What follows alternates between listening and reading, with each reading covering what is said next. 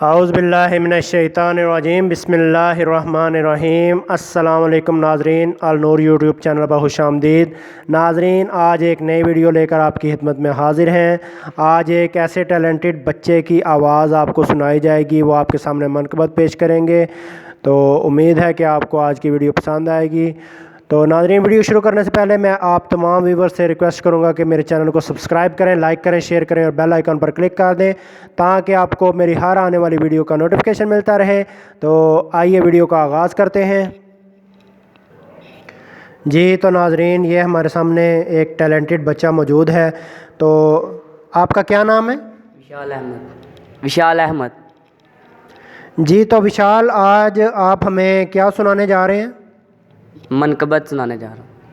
जी तो चलें जी, अब विशाल जो हैं बहुत ही अच्छी इनकी आवाज़ है, तो हम इनसे मनक़बत सुनते हैं। तो चलें विशाल भाई, आप स्टार्ट कर दें। पाक अली दे वेड़े विच नूर हुसैनी छाया,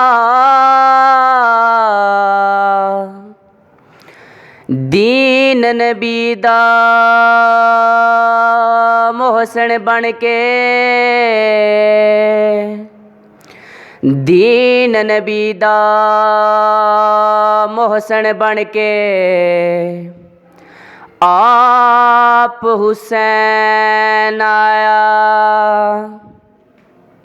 दे ओ मुबारक अली मुर्तज़ा नू मिलिया नवासा, नबी मुस्तफ़ा नू ज़हरा दा बन के ओ चैन आ गए, जगे उत्ते मौला हुसैन आ गए, हो जगे उत्ते मौला हुसैन आ गए।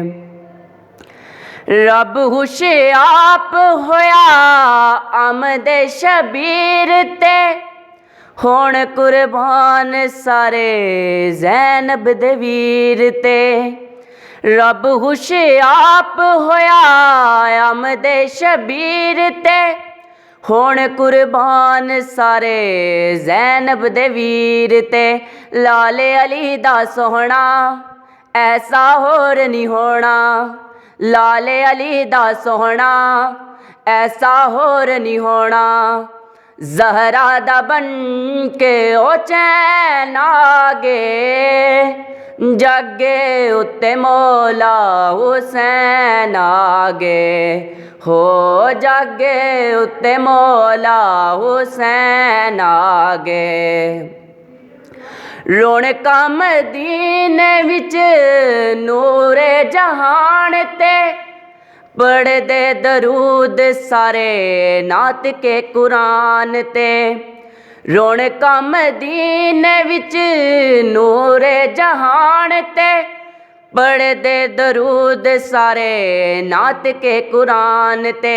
लाले अली दा सोहना ऐसा होर नहीं होना, लाले अली दा सोहना ऐसा होर नहीं होना, ज़हरा दा बन के ओ चैन आ गए, जागे उत्ते मौला हुसैन आ गए, हो जागे उत्ते मौला हुसैन आ गए। दीन नू बचाण वाला अज वेखो आया है, रब जिन्नू जन्नतां दा वारिस बनाया है। दीन नू बचाण वाला अज वेखो आया है, रब जिन्नू जन्नतां दा वारिस बनाया है।